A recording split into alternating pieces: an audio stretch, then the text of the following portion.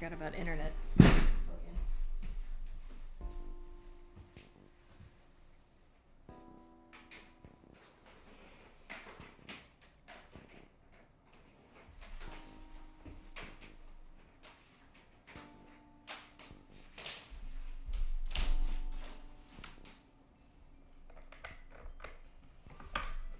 There. Okay.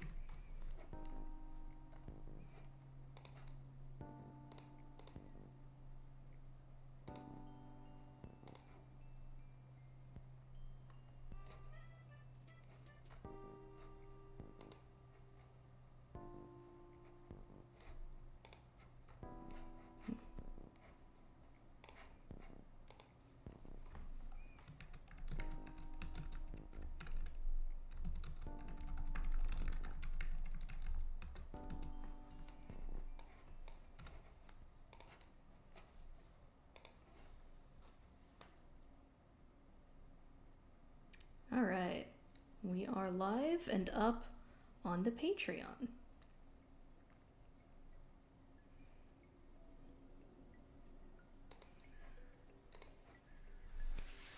All right.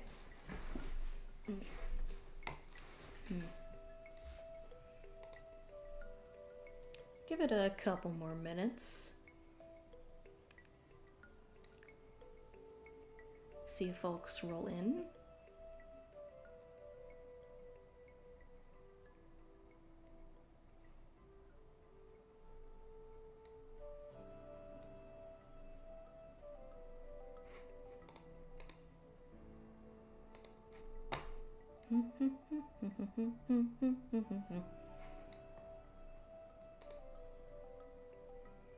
Let's see. I lost my chat thing. How do I get that up?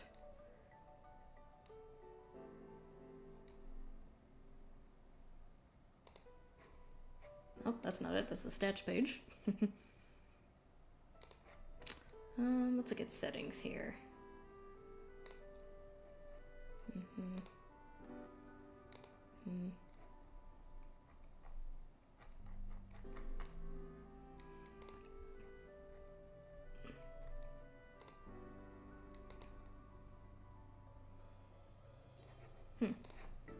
You'd assume it'd be in view. Docs menu. Ah, there it is, chat. Chat, I have chat up now.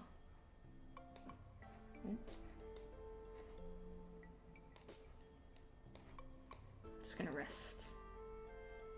Oh my god, I don't want it to become part of anything. I just want it to hang out. Okay, that's fine. Okay.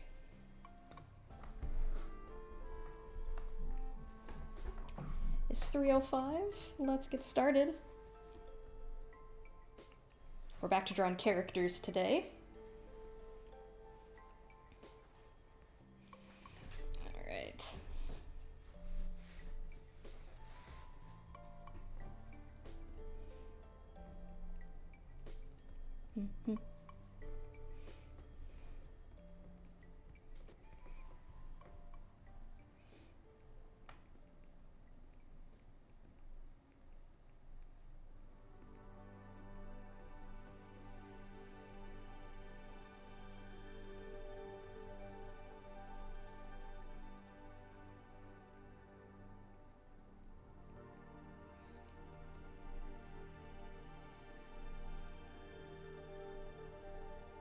Today we've got yet another scene of Stone starting shit.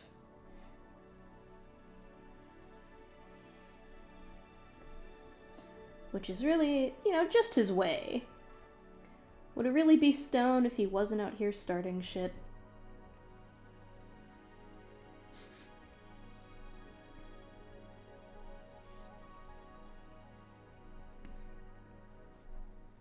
Stone is a character that I've worried a lot about. From even when I was first, like, structuring his character and deciding what role he was going to be playing in the story, and what his personality was like, I always struggled with this concern that people were going to hate him because of his more antagonistic personality. I mean, sometimes I don't feel like antagonistic is even the right word. He's just a lot more willing to fight. Fight first, ask questions later than Fern is, you know?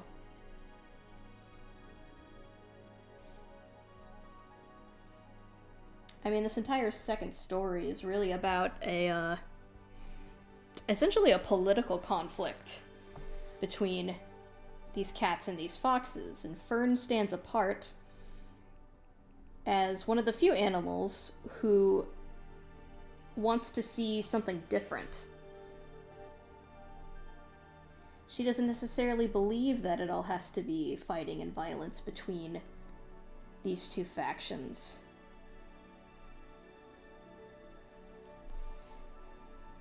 Because she can sort of see how much the violence is hurting everyone involved in this situation. But Stone is not. Stone sort of represents the way that most of the animals, the cats and the foxes both, feel about this situation. Which is very much sort of couched in that classic, you know, us versus them, they're the bad guys, we're just protecting ourselves kind of mentality. The ones who are so caught up in the heat of the moment emotional response to the wrongs that have been committed that they fail to see the bigger picture. They don't think about what they want the future of this conflict to look like. They don't think about how continuing to instigate and ramping things up further and further will only lead to continued fighting and greater suffering down the line. And, you know, I worried that a lot of people would see that and be like, oh my god, Stone's such an idiot, or he's like a bad person for behaving this way, for not listening to Fern, for starting all of these fights and arguments and things. And, you know, one of the things that I want to be understood about these characters here is that, you know, even though I'm definitely of the opinion that the antagonistic way is not the correct way to handle an immense conflict like this, I also want to make it clear that, you know, Stone and the other cats aren't wrong for feeling this way. It's not like their feelings are completely irrational, you know? I've always wanted to try to show that I understand where this point of view comes from, because it's a reaction built on pain. We haven't exactly gotten there yet in the story, but we're coming up on it soon. But there's a lot of pain in this interspecies conflict here. And I always wanted people to sort of come away with an understanding of that, rather than just condemnation of Stone for being too in his feelings to see what Fern sees.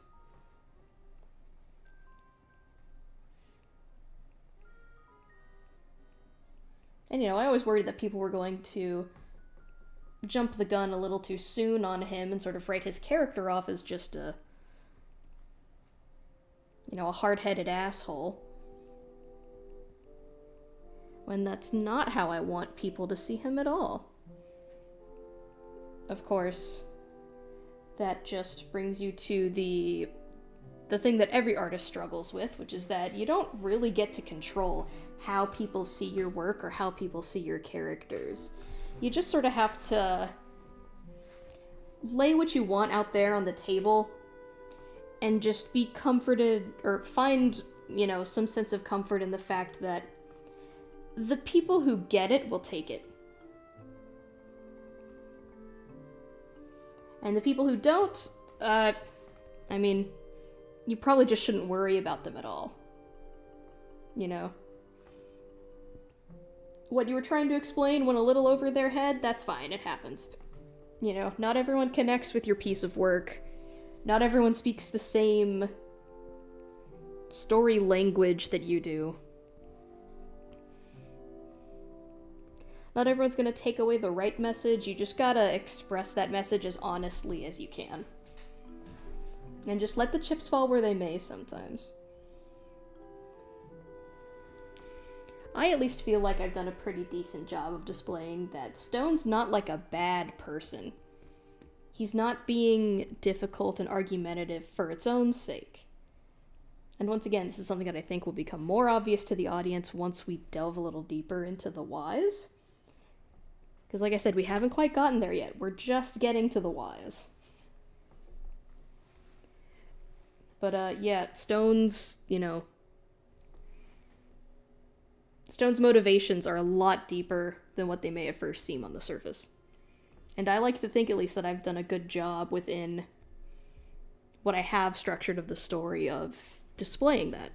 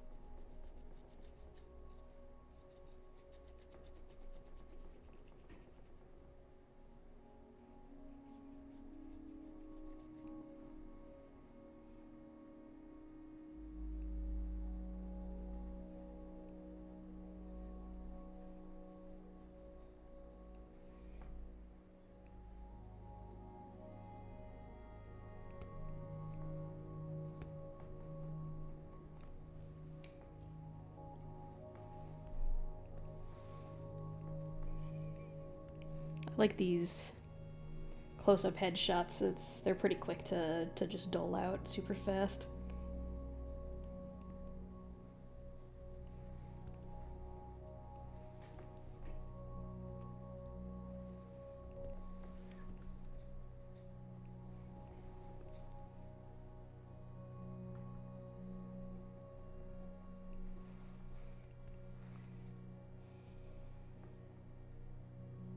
Time management is a big part of story production, let me tell you. Holy cow, you've gotta really assess what you want to put the time into if you're trying to get something out by a deadline.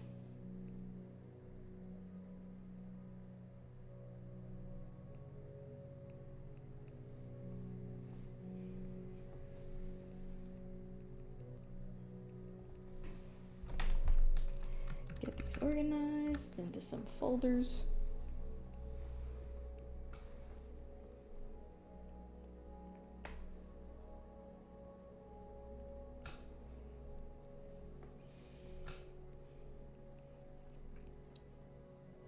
You know, I actually remember when I was taught about doing eye shines.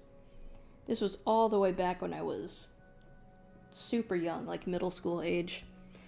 I had just started really getting into art and like deciding that I wanted to get serious about building it as a skill. So my parents went on this mission to find like art classes for me. And I took classes under the teachings of this one lady who ran a like after school class in her own house. After school in the sense that it happened after school, like once a week. Parents would drop me off there. I'd spend a couple hours with her and some other kids who I never really got to know in hindsight. Drawing, and you know, she would give us corrections, little things we could improve on, stuff like that. I'll admit, I didn't take criticism super well at that age. I thought my drawings of anime animals were totally fine and didn't need improvement at all. But one day, I think I was drawing a picture of like a polar bear or something. The teacher came over and she said, "Let me show you a little something." And she took a white colored pencil and she put these little white circles in the polar bear's eyes. And she said, "These are called eye shines, and they're the things that bring an eye to life." And it's just like a little imitation of the way that our eyes reflect light. Because there's a lot of liquid there in the eyeball, so it's kind of shiny.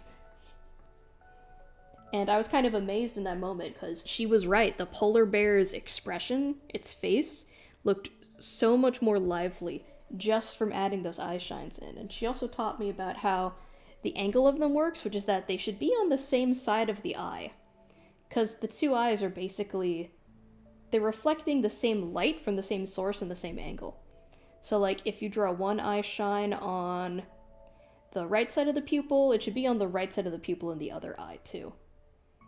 So that's why I drew it so that the eye shine is still on the right side of the eye here, matching Stone's other eye over here, even though it looks like it's in a completely different spot, because that's where the eye shine's supposed to go. That is how the reflection would work from this angle.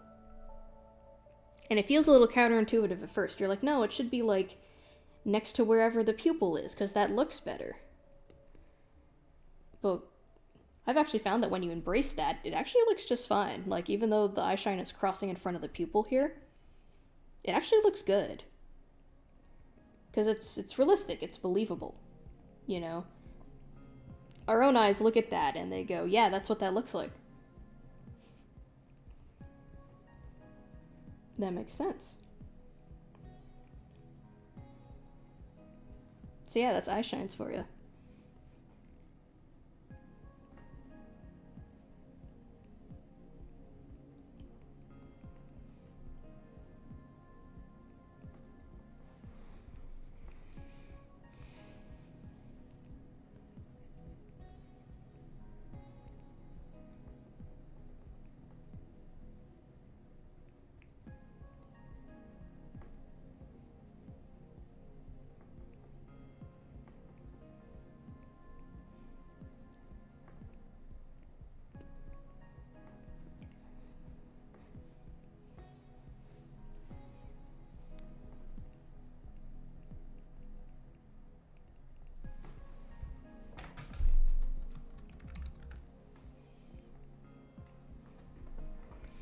And then just that final overlay layer to seal the deal.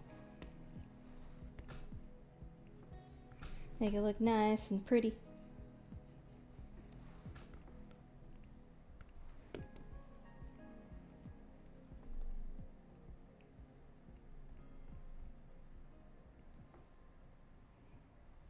I don't need to turn that on, we've already got the sketch. Although I think I'm going to change that tail position, that doesn't really look quite good. Alright, give me a sec, I gotta take my sweatshirt off. It is officially too hot for this.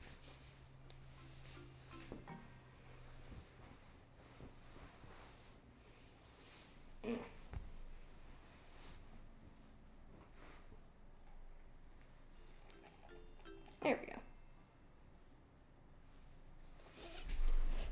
I'll tell you, LA in the winter months is so weird. Because, like, it's January, which you'd expect to be cold. And then throughout most of the day it is. But around this time, like 2, 3 p.m., the sun's out in full force, and then it really starts to heat up, and then suddenly it's like 75. And it's like, well, now I gotta take my jacket off and all my layers off. Even though you still need them for most of the day. Makes for a very confusing season.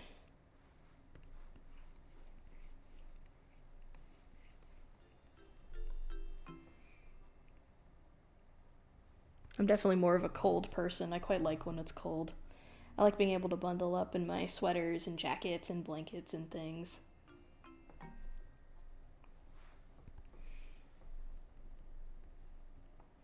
Although I live with 2 people who are the exact opposite. They're like freezing if it drops below 72. It's insane. I go downstairs in the middle of it's like a spring morning, right? And my roommate is still wearing their bathrobe. And I'm like, how the hell are you wearing a robe on top of your clothes while it's like 70 something outside? And he's just like, I'm cold. And it's like, you're cold. In this, you're cold.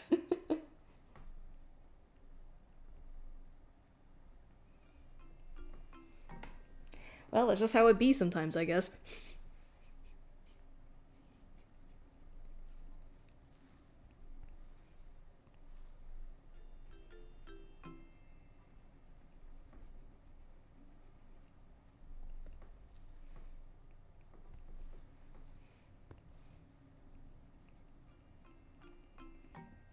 Drawing this cave again.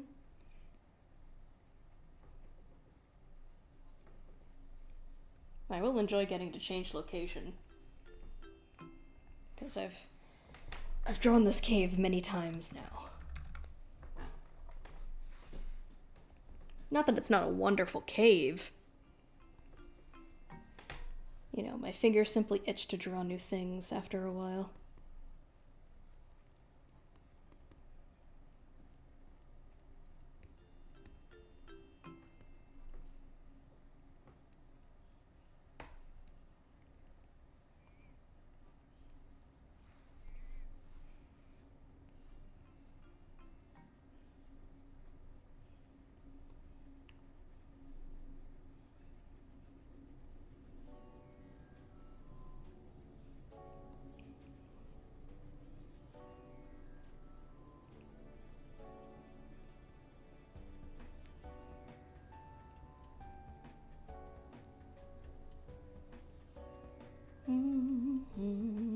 This is a good song. I forget what this is from.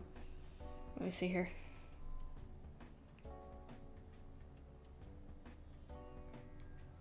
Gumnopedi #1.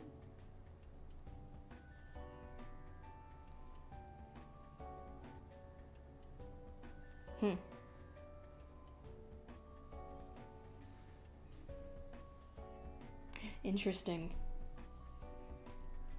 It sounds familiar, but that name... The music is familiar. The name definitely isn't.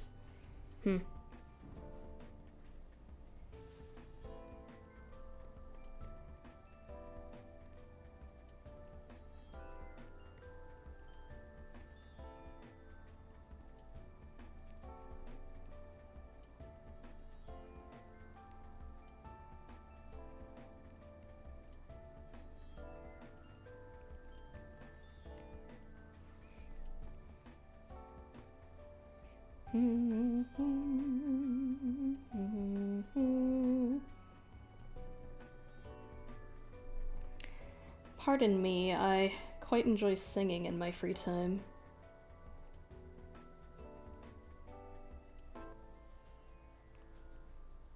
I understand that may not be what folks want to hear on a live stream.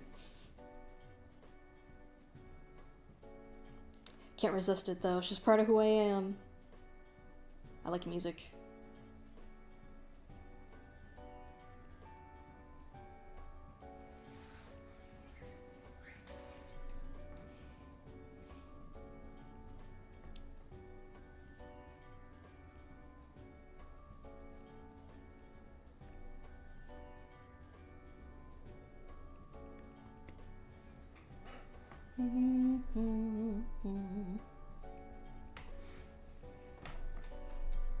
Cave, wall.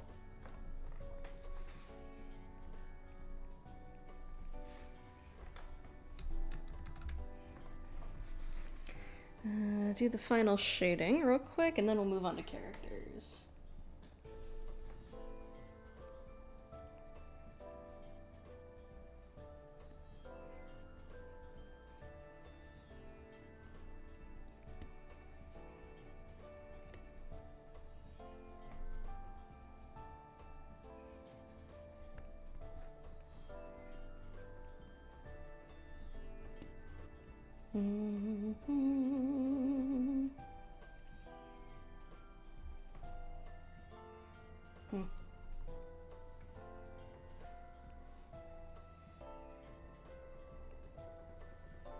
Turn down the blending a little bit, it kind of made everything the same color.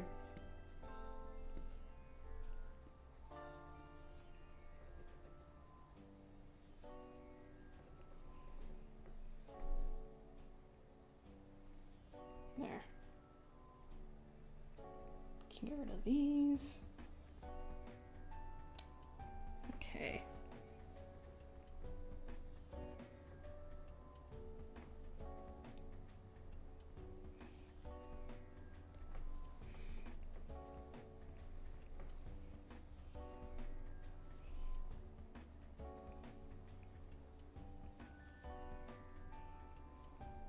We'll have Fern with her very pleasant smile.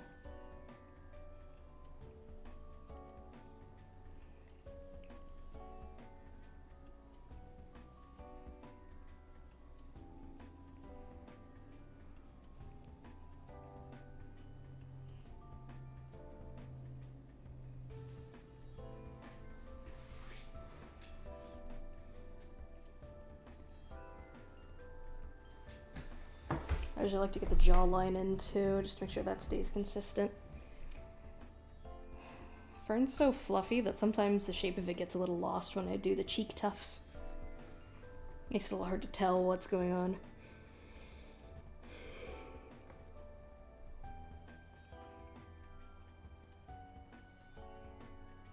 Do just a quick tail sketch in there too. I think I'll have it come down this way.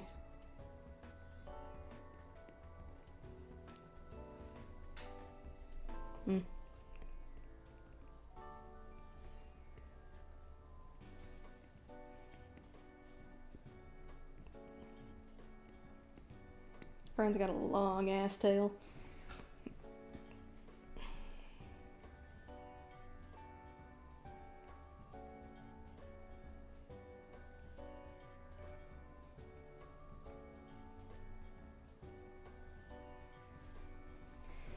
Just thinking of doing something a little more cartoony for Stone. Those big circle eyes.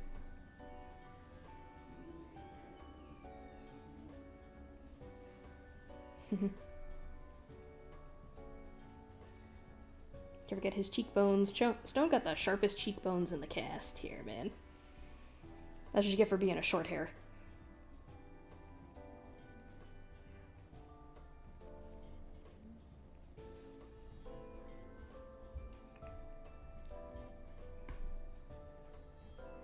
Man, still not satisfied with that tail.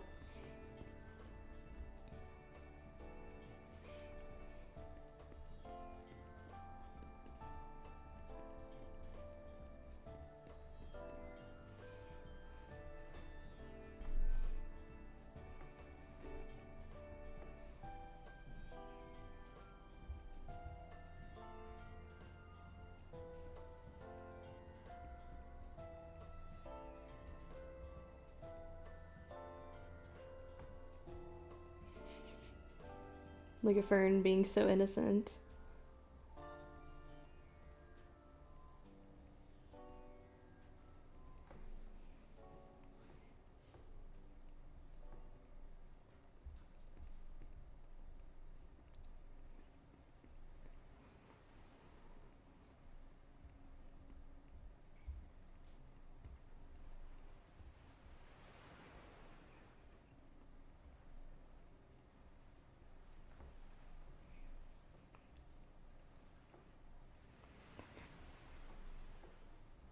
Ooh, big ocean sounds. Ah, of course, it's Yoshi's Island. Enjoy some nice vibes for the time being.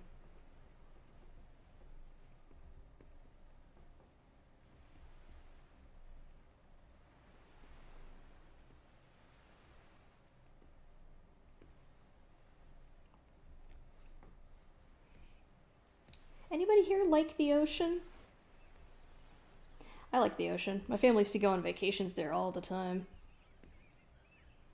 But I guess they had a different view of those events than I did, because most of my family hates it now. Well, I wouldn't say most. I think I've only heard my sister and my mom complain about the beach. They don't like it there anymore. They prefer going to the mountains. really do think for my mom, and maybe my sister, I guess, at least, it was those family beach trips. I guess getting the whole extended family together for something can be a little on the stressful side. I don't know, I just like it. I like the weather. I like the sand. I like swimming. I love going swimming.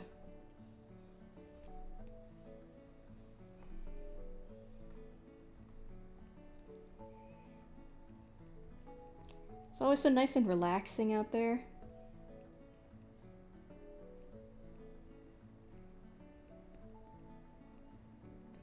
Just spend all day playing in the waves, and you come home, you're nice and tired. I'd always have to take a power nap after coming in from beachside activities. Because, like, you don't feel it for most of the time you're out there swimming because you're so weightless, but it takes a lot out of you, believe it or not, to keep treading water like that. Swimming against the the currents.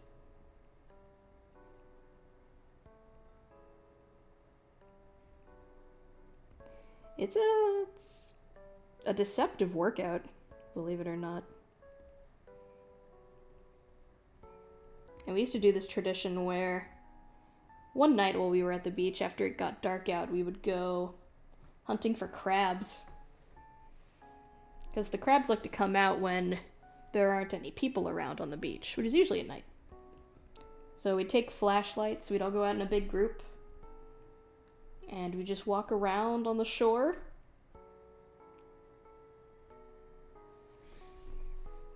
Shine our flashlights and hope we'd run into some crabs. Usually you'd catch them just standing out there on the sand, and then they'd skitter away into a nearby hole. It was kind of fun. It was like a treasure hunt. You'd find other things out there too sometimes. I remember one year we found a baby shark just lying on the sand, dead, unfortunately. It had already been there for a while. But I thought that was pretty crazy. I'd never seen a baby shark before.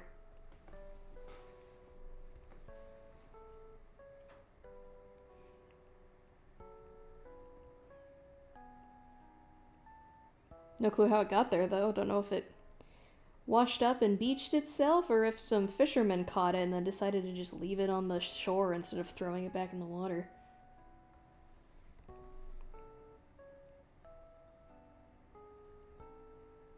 Kind of sad now that I think about it.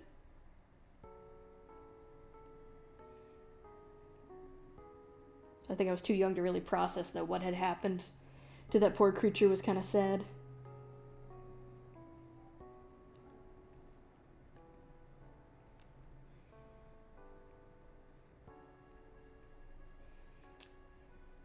One thing I regret about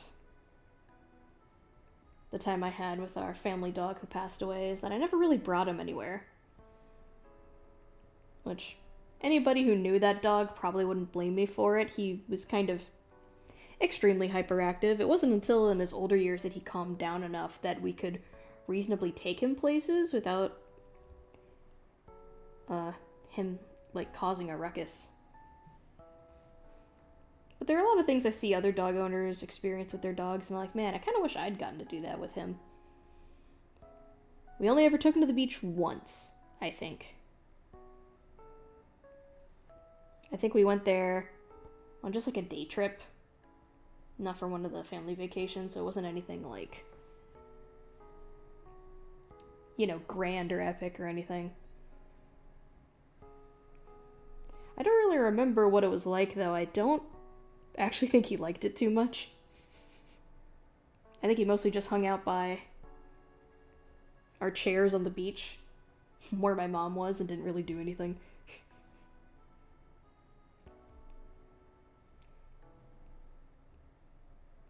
That's pretty normal behavior for him, though. He'd be so high energy and just, like, excited to do everything, and then he'd decide, actually, I don't like this, and just plop down somewhere and refuse to move. Surprisingly picky.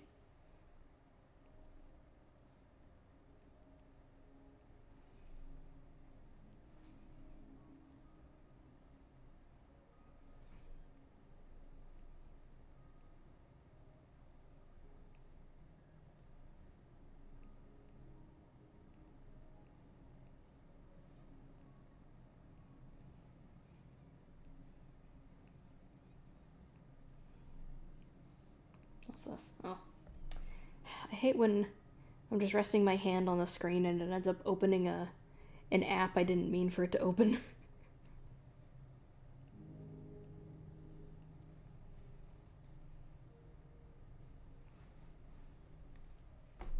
There we go. Fern has shut him the frick up.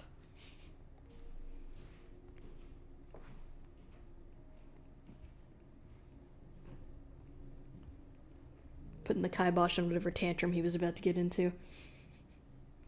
She says, "That's enough of that."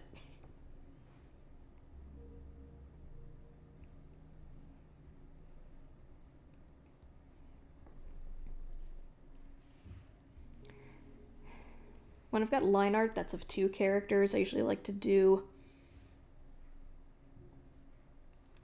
two separate bases for their colors on separate layers, just to keep everything organized and separate from each other.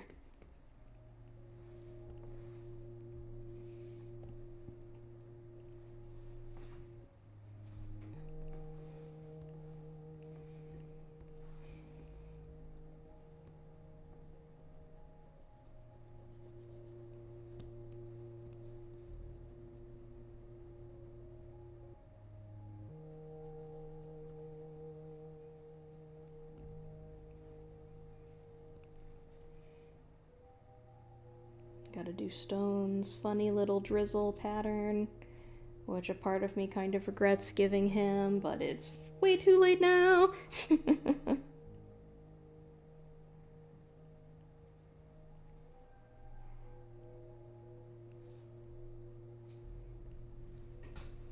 Got a couple of spots to fill in here. There.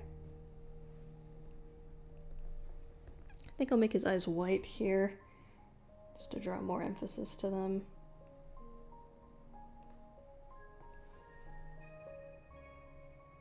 No. I'm gonna make them his eye color. The white's just a little too stark. There. That works better.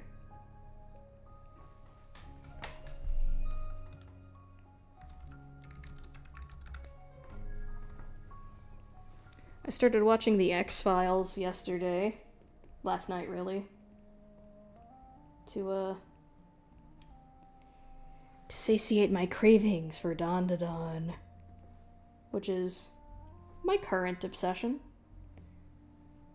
And, the manga for it has gone on hiatus and won't be back until, like, the end of this month. But I'd seen a couple of posts online of people comparing the protagonists from that show to the protagonists from the X-Files, which is not a one-to-one, but it's kind of a, you know, one's alien obsessed, the other's a skeptic. So I decided I'd check it out, just to see what it was like. Like, I'd heard of X-Files even before I was watching Dawn to Dawn. I knew that it was, like, a pretty popular TV show. One of the longest-running sci-fi shows, apparently. Which I looked it up. It's got 11 seasons? Like, that still threw me. I knew it was popular. I didn't think it was that popular.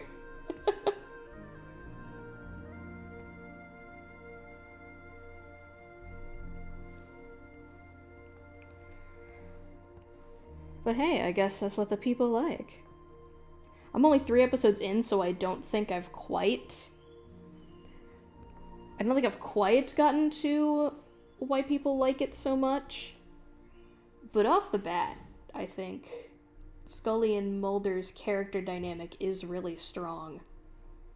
And I do think it's because there is something really just naturally gripping about, you know, someone who believes in something really hard with all their might and somebody who doesn't believe, but is also willing to give them a chance. Like, from episode 1, I think Scully really comes to appreciate Mulder's dedication to what he believes in, because, like, he's not an idiot. I mean, sometimes he acts like an idiot, but he's not an idiot, you know? He never discounts the Occam's razor explanation. He just thinks we should also be open to the idea that it's supernatural in nature. Sort of like both are on the table for him. Neither are discounted in his mind as being valid options. And he'll go through whatever channels he needs to prove either one as the truth, because that's what he values, you know? Even before aliens and all this other stuff, he values the truth.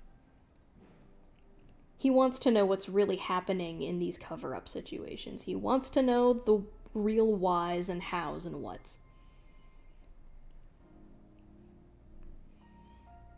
And I think that Scully recognizes that pretty quickly.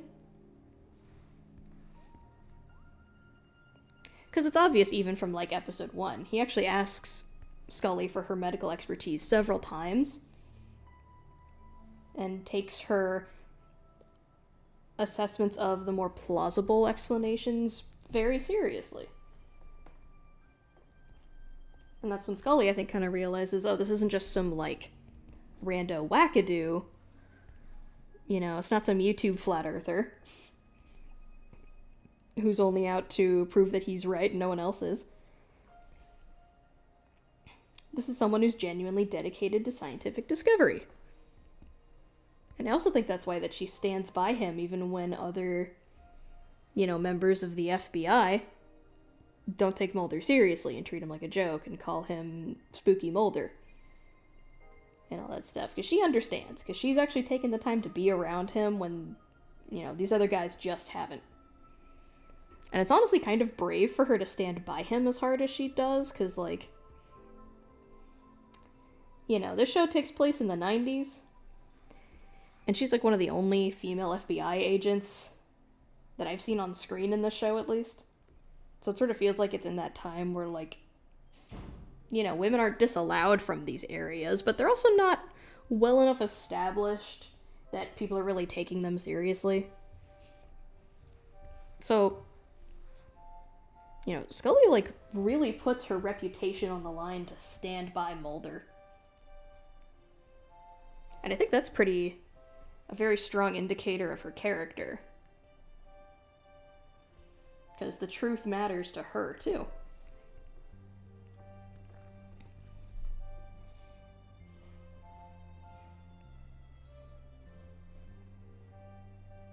So yeah, I'm excited to watch more of the show later. Probably while I'm eating dinner tonight.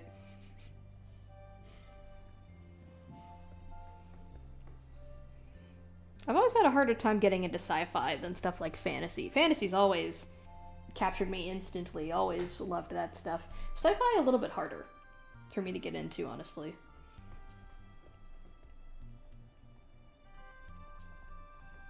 I don't know why. Aliens never really tickled my imagination the same way that, like, Knights and Dragons have.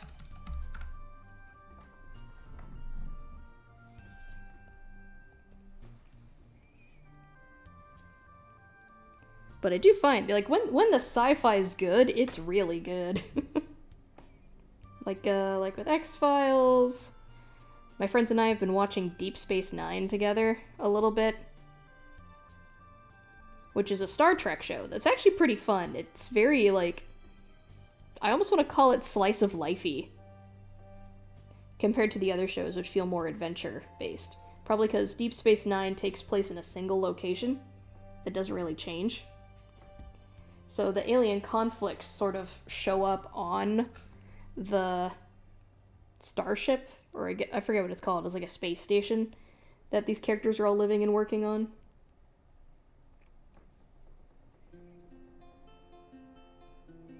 And yeah, it just feels a lot more slice of lifey, which is kind of interesting. I don't think I've really... I'm racking my brain. I can't think of any other stories I would label as sci-fi slice of life. Nothing mainstream, at least. I'm sure there's, like, other, you know, niche properties out there that definitely fit that same bill. So it certainly makes for an interesting watch.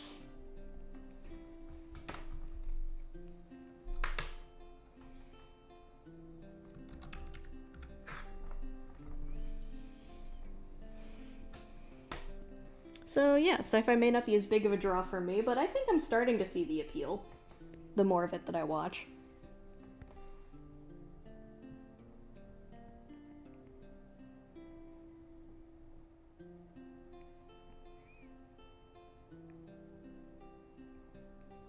I saw some people online saying that X-Files was not designed to be binged the way that modern streaming services allow it to be. Just because it kind of fluctuated between being a serialized story and Monster of the Week. And a lot of the mysteries that they tackle, they're actually ones that Mulder and Scully aren't able to solve. Like, out of the 3 episodes that I watched, I think only one of them was really given a complete, sealed up, this issue has been resolved, never gonna happen again ending. There's only one of those. In the other 2 episodes, it was like, they didn't actually manage to stop the thing, or the government, completely railroaded their investigation and they just had to leave. So it kind of makes for these funny cliffhangers where one episode just ends and then you're on to the next one, and then you're kind of like, wait, that's it? And, had you been watching the show in its original format on cable television during its time slot once a week, and then you had to wait 7 days for the next one, that gave you time to, process what you'd seen and, really think about what the show was getting across with that. And then you also had time to, forget about it. So the next episode, you're like, oh boy, we're back to Mulder and Scully's regular shenanigans.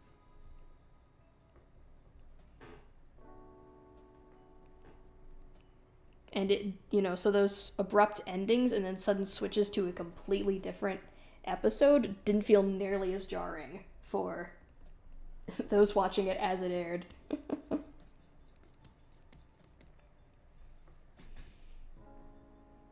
So, that's something that I've been keeping in mind while approaching this series. Just sort of keeping at the forefront of my mind that it's being displayed in a very different format than originally intended.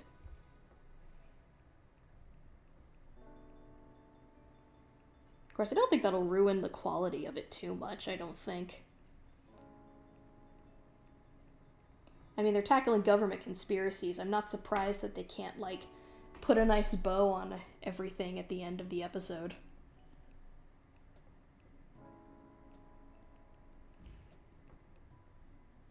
It seems like what the X-Files wants to go for is sort of something like the Twilight Zone, where it poses an interesting situation for the audience to ponder.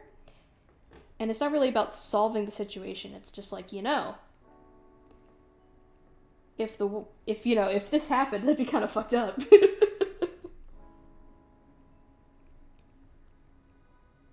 But sometimes it can have a little deeper meaning. Things about, government cover-ups, how much power should they really have to withhold information from us under the guise of keeping us safe, which is a topic more relevant now than ever. Thinking back on it now, I know there was that whole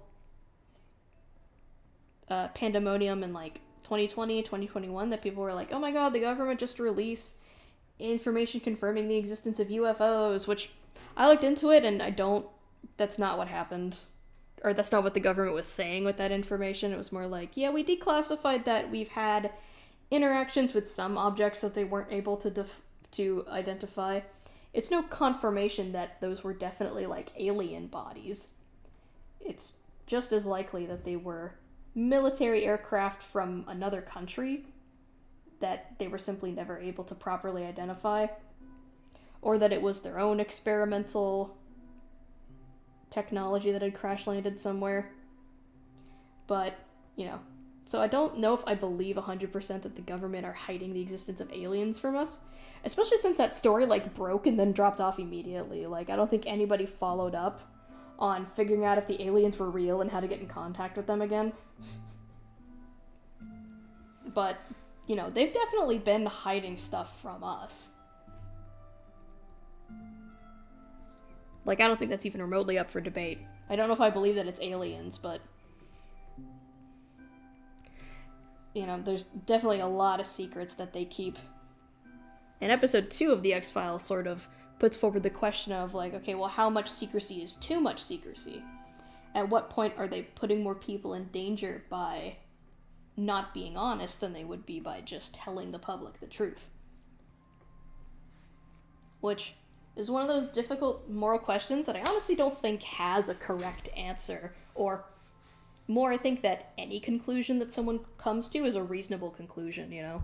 Like, if you're somebody who thinks I'm willing to sacrifice some amount of transparency for safety, or if you're somebody who believes I can't sacrifice any transparency for safety, I think both of those are honestly valid opinions to have on the topic of stuff like this, you know? And I like when stories pose those kinds of questions, because it's just like, it's like a mental jawbreaker.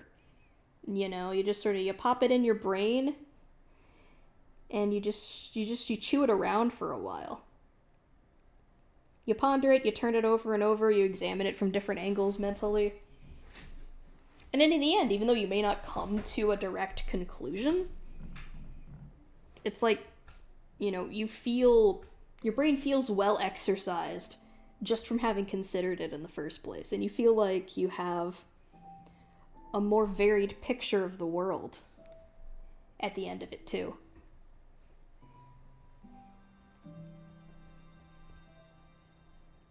Alright, I gotta stop thinking about the X-Files for a minute and draw this guy's face.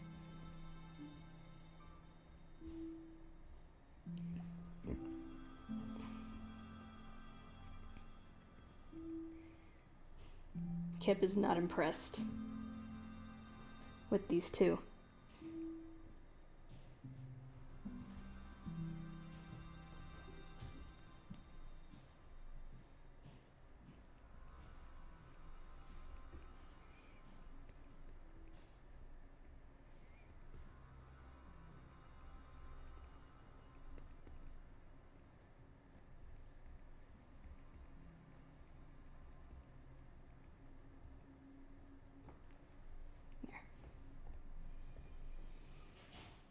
I don't think I need to redraw that face. I'll just draw the rest of the body.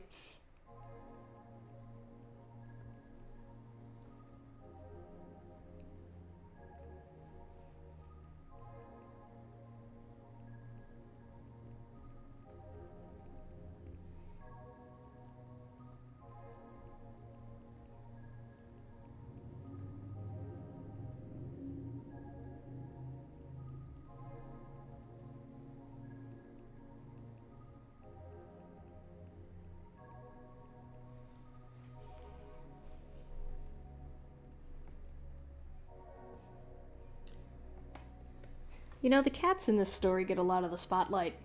Because, well, the story is about them, ultimately. It's from their perspective. It's this world from their perspective.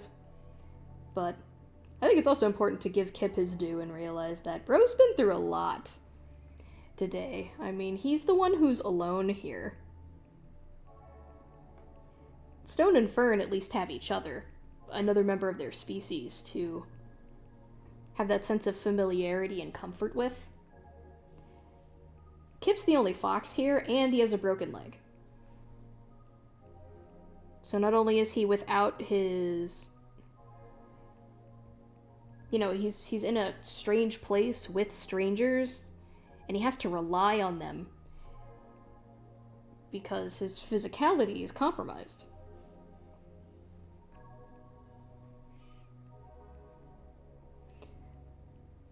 That's kind of a lot for anybody to deal with, and he takes it remarkably well, all things considered. You know, obviously Fern's done her best to be accommodating for him, but Stone's sort of treating him the way that Kip probably expected a cat to treat him. Fern's like an outlier, you know, the exception that proves the rule for him.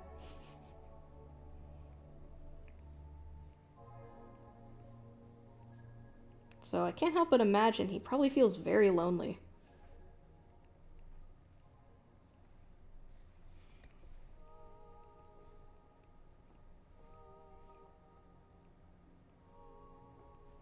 probably feels lonely and like he needs to be a little bit defensive of who he is, you know?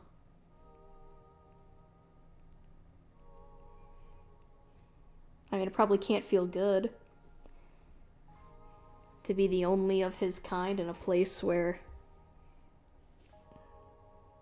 currently at least, his kind is being critiqued.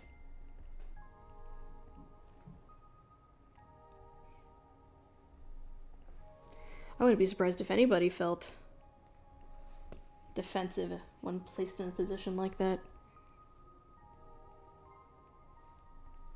And Stone's not helping in the slightest.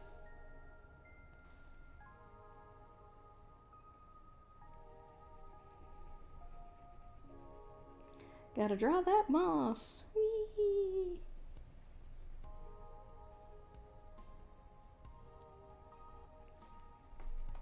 Alright, I'm gonna do this backwards. I'm gonna finish Kip first, and then we'll do the background.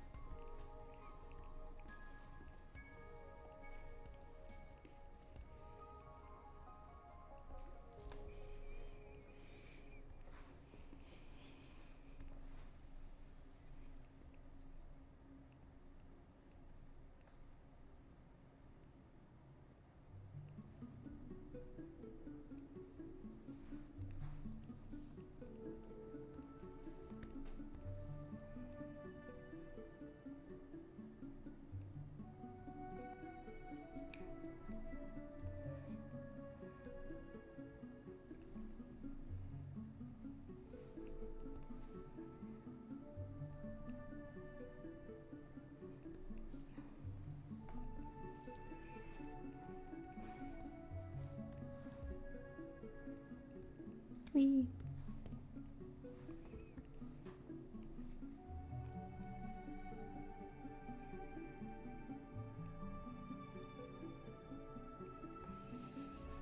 Kip's name now strikes me as a little bit funny, because I didn't learn this until years after I'd already had his character planned out, but I have a friend who made a D&D character whose name is also Kip. Spelled differently. This Kip has 2 P's. Their Kip only has 1.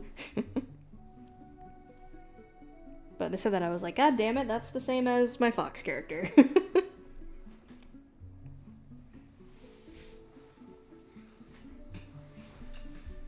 We've actually done that twice. I made another D&D character that ended up having the same name as another D&D character of hers, and I was like, why do we keep doing this?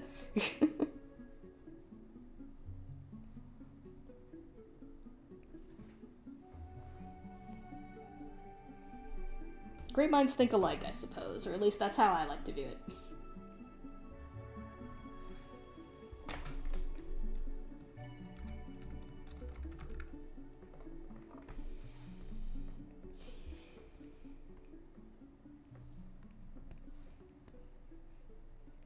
Gotta color those lines in.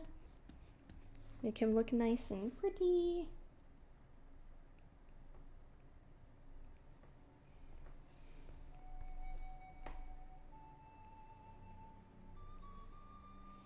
Oof, okay, I've been at it for over an hour now. It's time for a quick break. I'm gonna say like 5 to 10 minutes. I forgot to get water for this stream, so I gotta go get myself some water because my throat is dying a little bit. But you know, I'll leave the nice music on for you guys to enjoy. And I will be right back.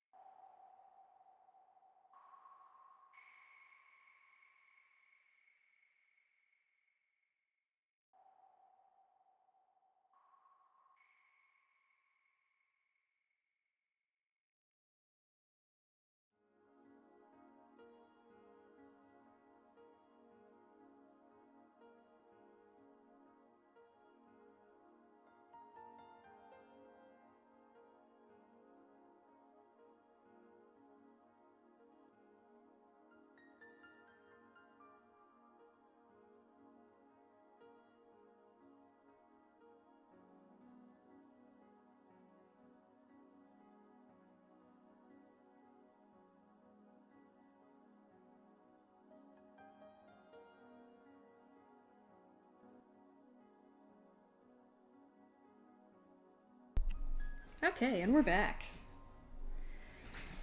Let me see here.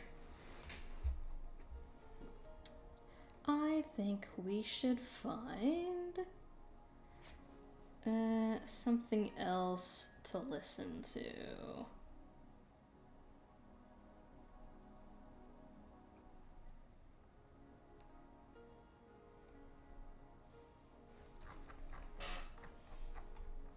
Let's see. What about a lo-fi beats video? Ugh, I'm gonna turn that off until we get past the ad. Alas, I'm not subscribed to YouTube Premium. It's too many subscriptions these days, you know? Okay. Let's get back into it. Gotta make this floor darker, I think.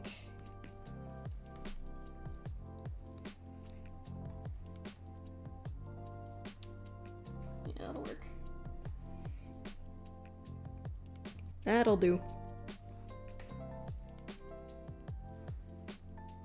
Actually, it won't do. The floor is lighter than that in all the other shots. Eh.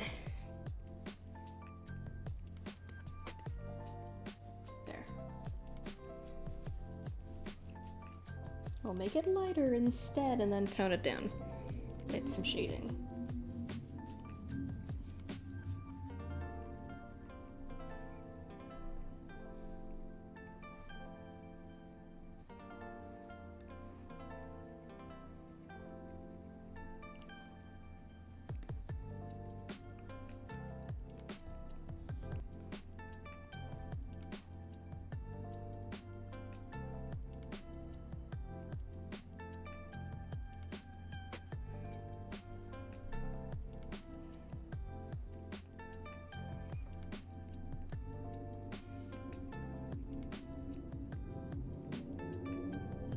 So, I don't know about anyone else, but I am pretty dang excited for the new Monster Hunter game that's coming out this month.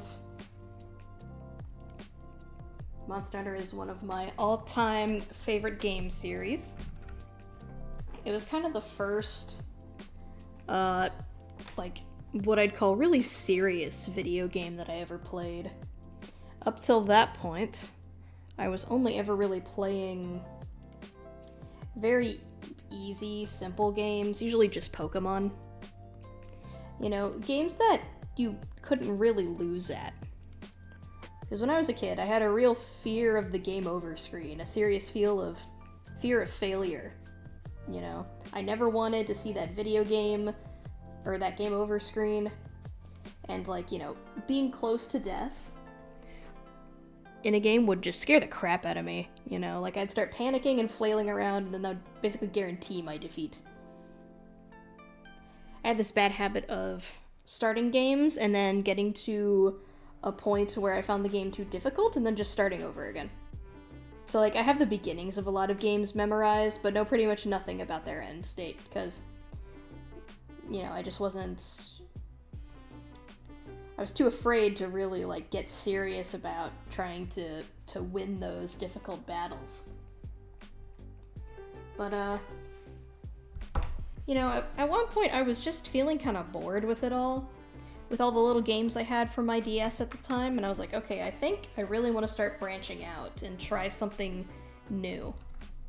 So I went to GameStop, and in their used games section, I found a copy of Monster Hunter 4 Ultimate. And I looked at the front, and the front had a big black dragon on it, and I was like, okay, a big old dragon. I like dragons. It looks like it's a game about fighting dragons with really big swords. Let's see how it goes. And that was the first game that I ever played seriously. I still never completed it, but I did get like a decent chunk of the ways through it. And I fought some really hard bosses, and I died several times, and I got back up and I fought them again. And I realized that winning actually feels really good. So after that, I felt less afraid of trying more difficult games. I started playing like action games, adventure games. And that was all thanks to Monster Hunter, and I kept playing Monster Hunter games. When World came out, I got that one. When Rise came out, I got that one. When they re-released a couple of the older games on the Switch, I got those. You know, it's a game that I have a lot of fun with. And that holds a very special place in my heart. And now I have actually friends to play it with.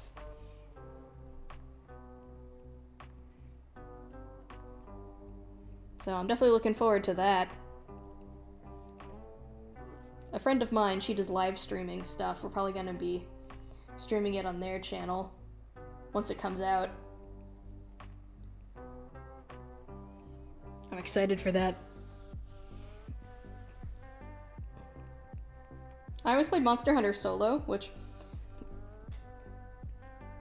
Solo Monster Hunter is actually pretty decently difficult. The game sort of like expects you to be working with other people at some point in the progress on it. A lot of the time the game will just like hook you up with strangers who will help you out. If you're paying for the friggin' live services, which now that I have a PC, I don't have to. I just get to use my own damn internet.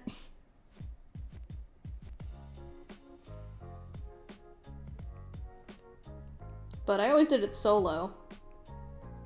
And maybe that's why I never really got super far in the games, because it does just get pretty difficult after a bit.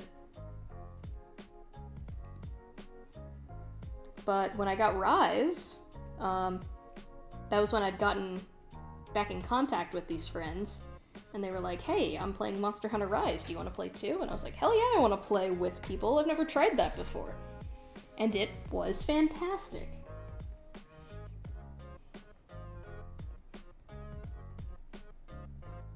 So yeah, now that I know the joys of Monster Hunter multiplayer, I don't know if I can go back. Of course, they're also doing a couple of... I think they're doing 2 more beta tests at the start of February before they get to the release date, which I'm definitely going to be in line for those. I missed the first one because my PC still hadn't... The parts for my PC still hadn't come in. But now I've got it ready to go. And I bought it so I could play this online with my friends.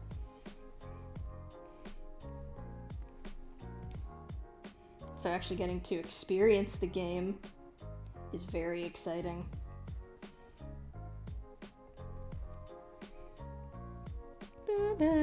I know, this is from Wind Waker. This is actually a pretty good remix, wow.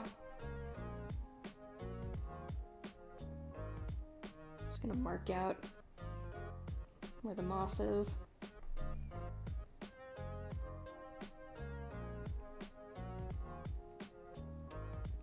Let's move Kip to the top there so I don't erase him by accident. I hate when that happens. When your brain's just like, we don't need that one anymore, and it's like, no, we did actually.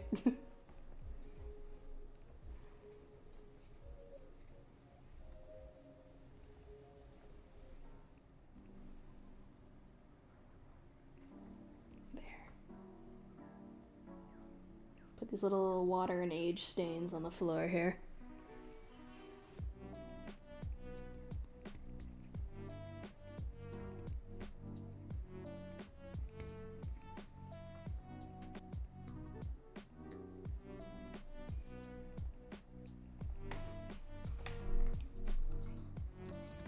The good thing about putting crap all over the floor of your page is that you don't have to worry about rendering the entire floor.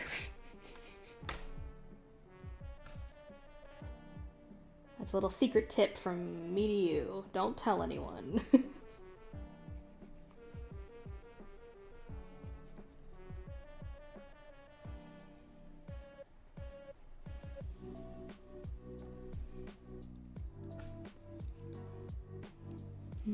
Not that dark. There we go.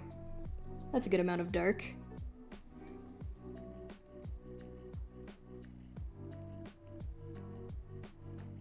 Rendering is really all about the layers. The more layers you build, the more detailed it's gonna look.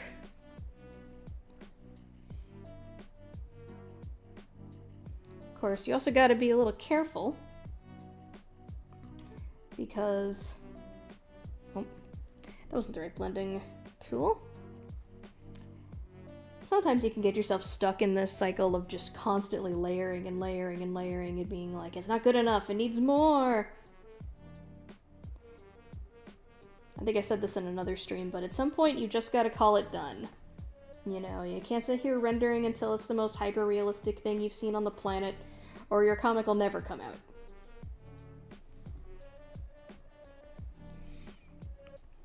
I know a lot of, webcomic creators, at least from what I've seen on Webtoon, they like to use SketchUp backgrounds, which is basically a computer program that will, well, sketch a background for you.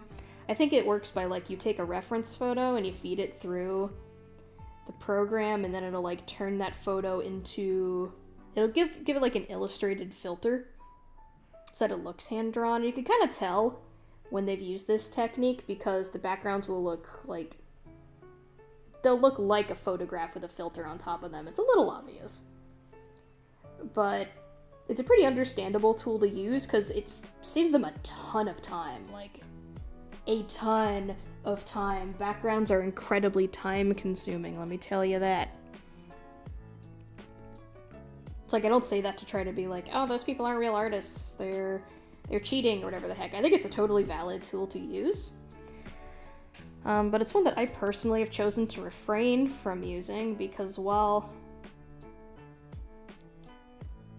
Where the Strays Roam is like my primary passion project right now, I mean, I quit my job so I could work on this thing full time. I also want it to be sort of my artistic training ground. You know, this is my exercise room. This is where I'm constantly working out new techniques and skills to make my stuff look even better. That's why the way I render and paint things will sometimes change from panel to panel, because I'm always trying new techniques. And I feel like... And, you know, one of those things I really want to get better at is backgrounds, which I think if you take a look at, like, the first episode of Where the Strays Roam and then jump to the latest, you can see that that's definitely improved a lot. And, you know, using a program like that wouldn't really help in that improvement journey that I'm going for. So that's why I personally refrain from using it. Why I don't have something like that. Though if you're a comic artist, I definitely think that you should check it out as a possible option. Because, like, if for you, you know, your background skill doesn't really matter too much, it's not something that you're, like, super driven to improve on, right? It seems like it's a pretty useful tool for others. So I definitely recommend checking that out, if you're able. Or curious. Or, you know, if you want to take the hard road like me and strong-arm yourself into getting good, Dark Souls style. This is the Dark Souls art method. Not for the faint of heart. Not for those who want to have more time on their hands.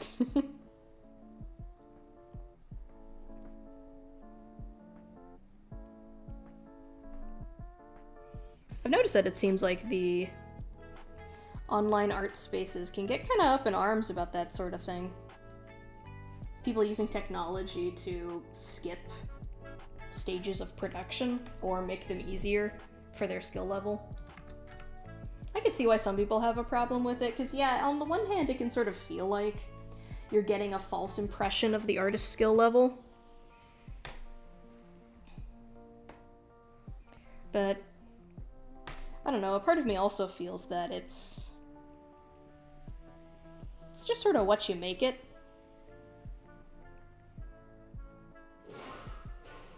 You know, like, just because someone's not a good background artist, I don't think that means their work should be hamstrung by that, when they might have, like, an amazing story to tell or fantastic character designs. If their background is the one weak spot that they've got, and letting the computer take care of that would mean that their work gets the recognition that it deserves for all those other way more fantastic qualities, I don't think it's that big of an issue, really. The only time that I'd think for me personally would be an issue is if a creator was lying about it, you know?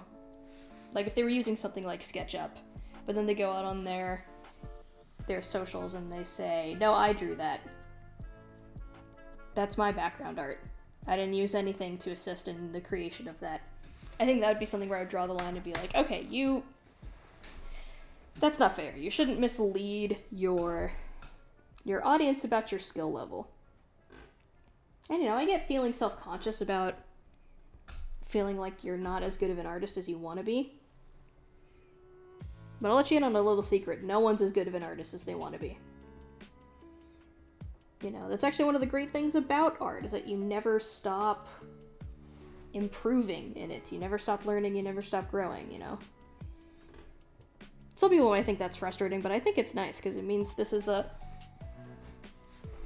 hobby and a lifestyle that I'll never really get tired of. There's always a new rung to climb to. There's always a new thing to learn and focus on and study. It's an ever-changing kind of profession, which I happen to like quite a bit. And, you shouldn't feel insecure about maybe not being the best background artist. Because the truth is, if you look at a lot of the work that's out there, there's actually quite a few things that you could probably look at and be like, the draftsmanship on that isn't very strong at all. But people love it. In fact, sometimes they love it for the weak draftsmanship. They think it gives it character, makes it look more visually distinct from the other really polished stuff that comes out.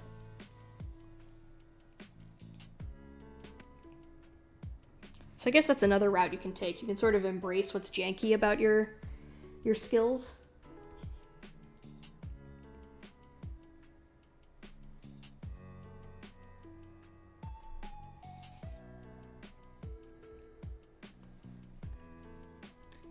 But like I said, I think people are a lot more willing to give things a chance than it might seem like they are.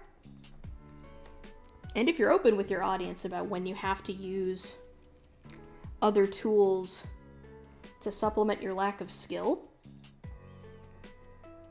I think you'll find that a big chunk of people won't really care. It'll be like, well, the story's still good, characters are still great.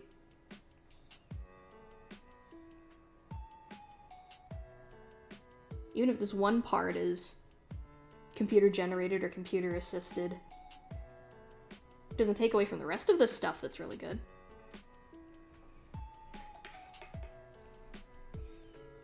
I think what's really important is that you just keep making things.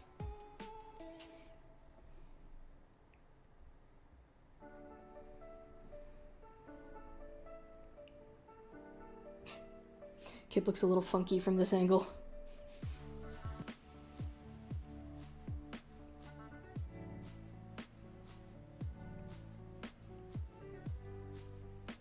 Bro got those dog feet. Look at him.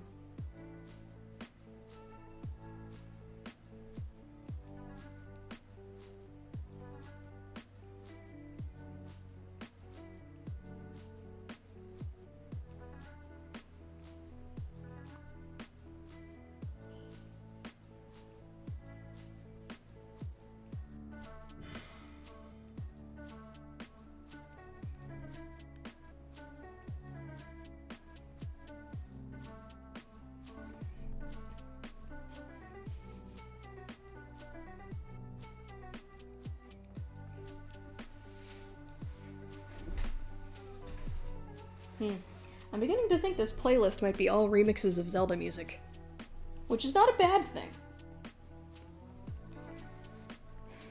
I guess whoever made this just knows what they like. It's good though, I like lo-fi music. It's good drawing music. Very chill, very relaxed.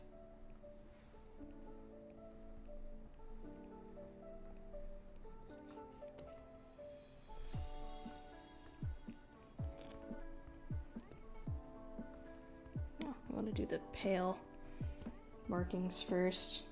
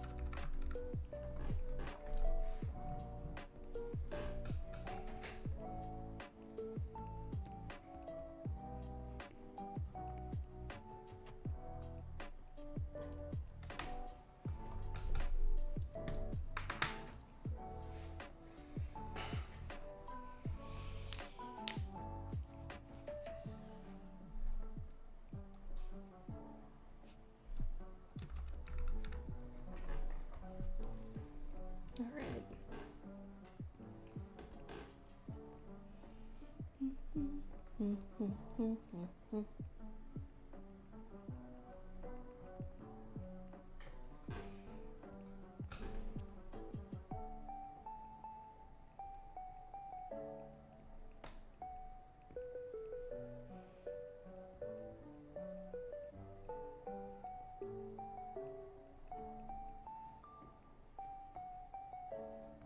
Oh, this one's actually from Pokemon. Okay, there we go.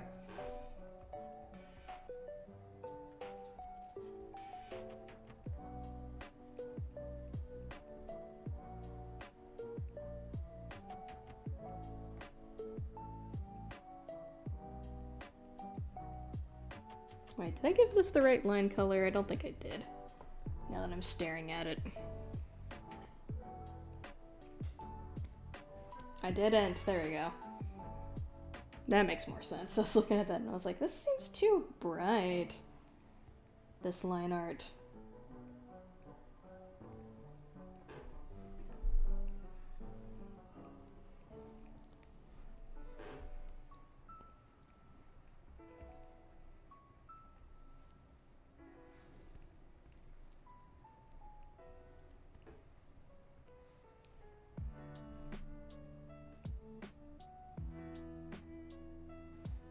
Feather those shadow edges. I like this look, but I've been doing it for quite some time on this comic now. Maybe for the next story I'll switch it up and try something completely different.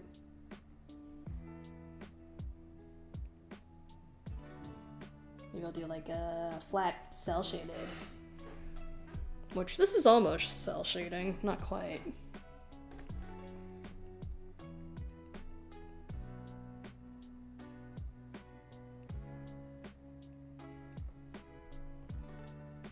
I'll have to look up some different shading techniques, see what I can find.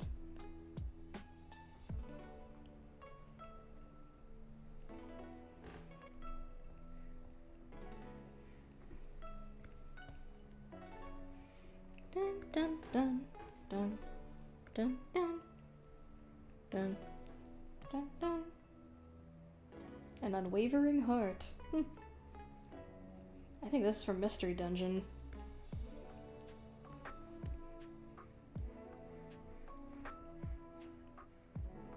I replayed Sky recently. I forgot how good that game was, man.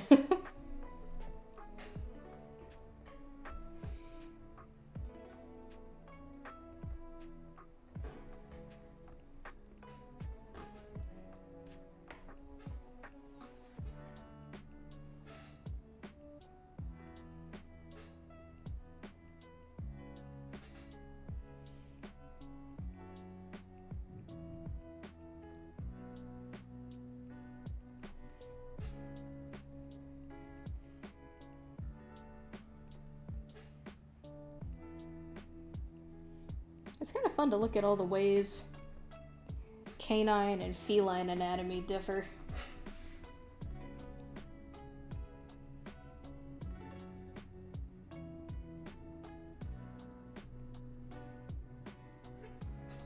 And all the ways that they're similar, too.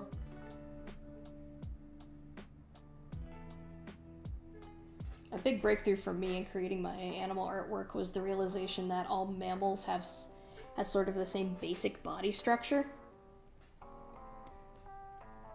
And it's by changing the proportion of those different body parts that you get the individual traits that make those animals, or make them recognizably those animals.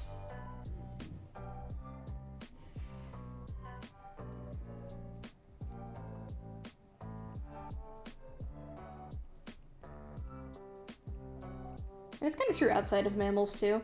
Like, understanding that a wing is just a hand with a different proportion between, you know, the upper arm, the lower arm, the palm, and the fingers. A severe difference, but, you know, still that underneath it, it's got all the same bones there in the same spots. It really makes understanding how to fold and bend and twist a wing so much easier when you understand that.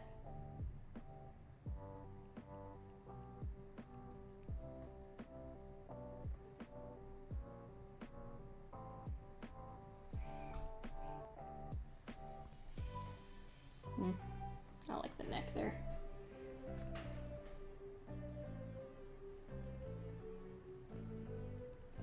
Kip is beginning the yapping segment.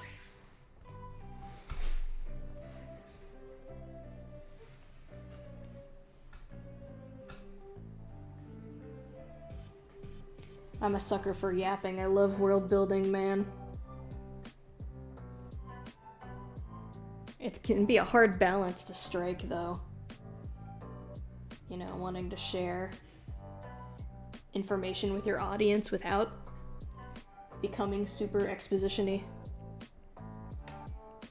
I think that's why I like stories so much. Like, stories within stories, you know? Like, the characters expositing on how the world works by telling a story. Because that's sort of how we've done things for most of our species' existence as well. History used to be taught through stories.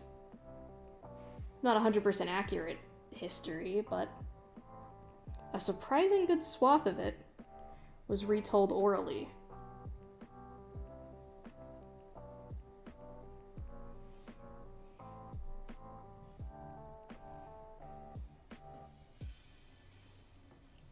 And I think the fictionalized histories are kind of important too.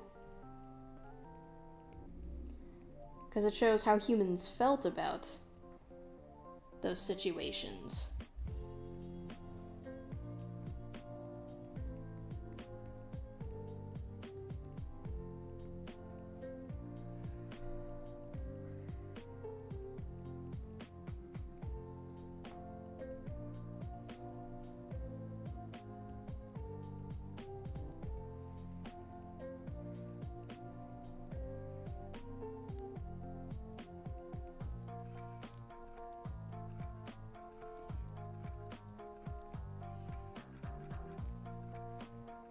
I think when exposition is told through a story format, it really feels less like exposition, because, well, not only are you telling your audience something about the world, you're also telling them something about your characters.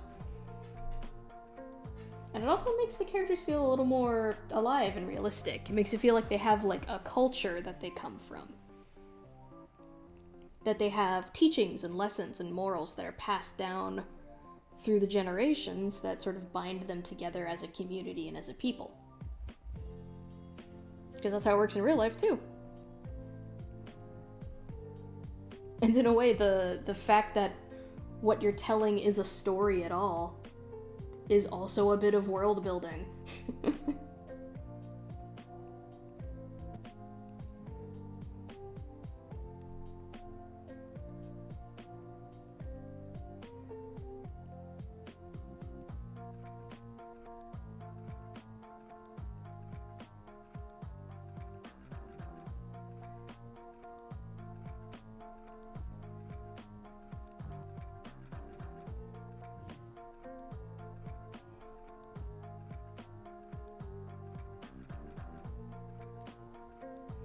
Oof, I'd really like to finish this before 5.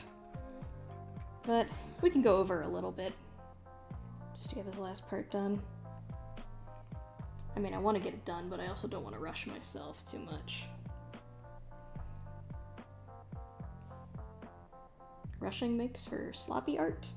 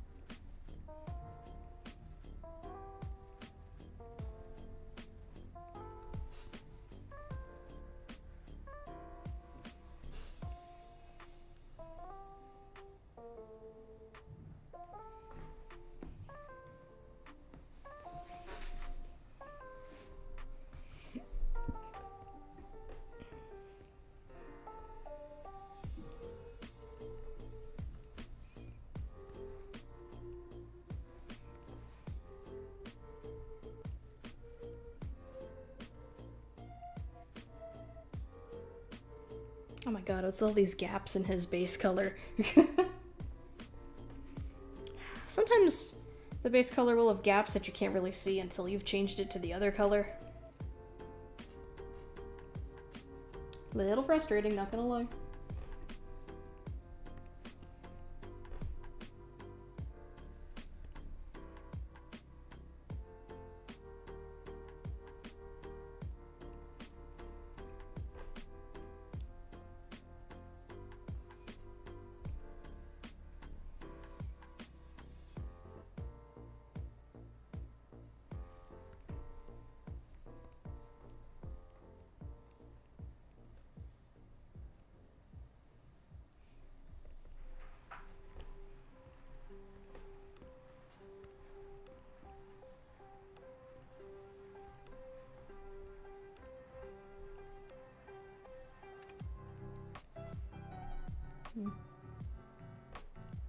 Got a bit of a line there.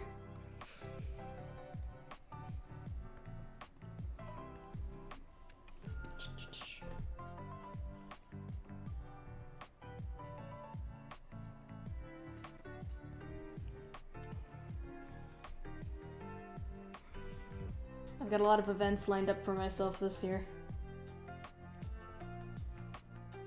I got 2 conventions on the docket for this year. One that's like a fun fan convention and another one that's for work.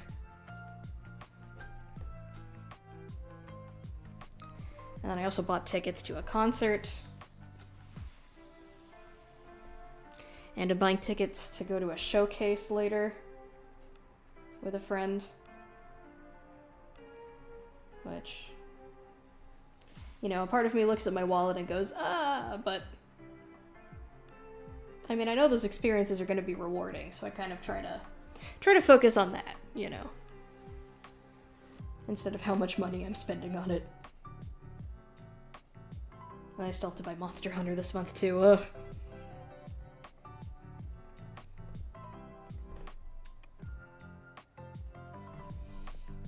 Man, why is everything in life gotta cost money?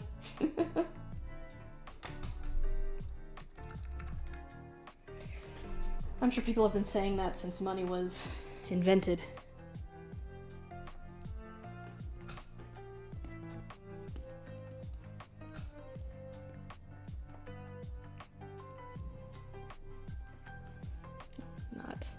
Not masked. We don't want to do that. There. Ooh, alright, almost done. We're probably gonna get it done before 5.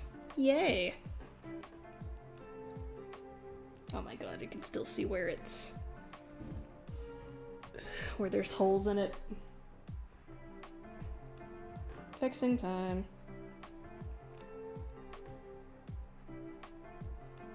There. It's always red along the line art, too. I'll admit, sometimes I'm not very happy with the paint fill bucket in Clip Studio.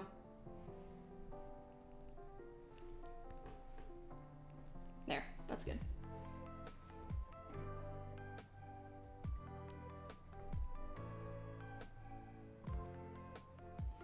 Erase those eyes so they're nice and bright.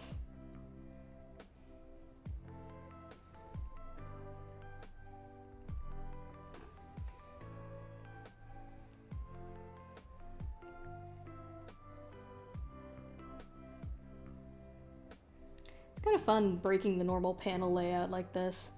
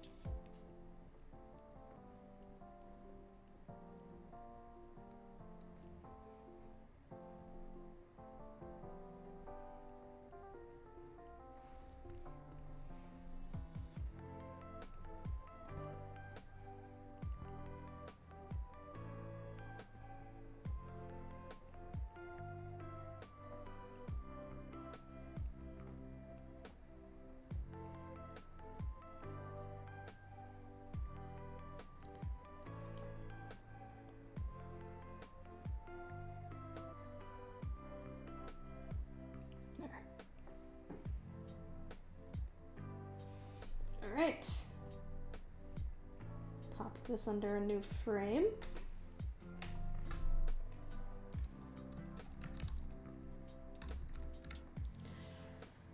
Oh, alright. Big stretch. Oof. I was bent over too long. I had a kink in my neck now.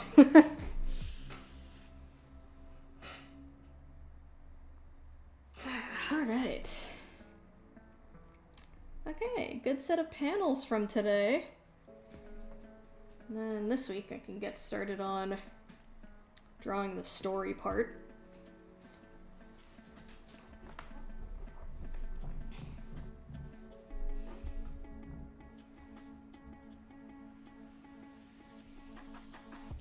Alright. But yeah, I think that is good for today. Finishing about 10 minutes early. But that's fine. Nothing wrong with that. Hope everyone enjoyed this episode of the production live stream. I know I certainly had a good time. It's always fun to have just some airtime to sit here and yap at people about stuff that I'm interested in. And about the comic itself, too. Thank you all again so much for supporting this comic and my Patreon and everything else that I create. And I'll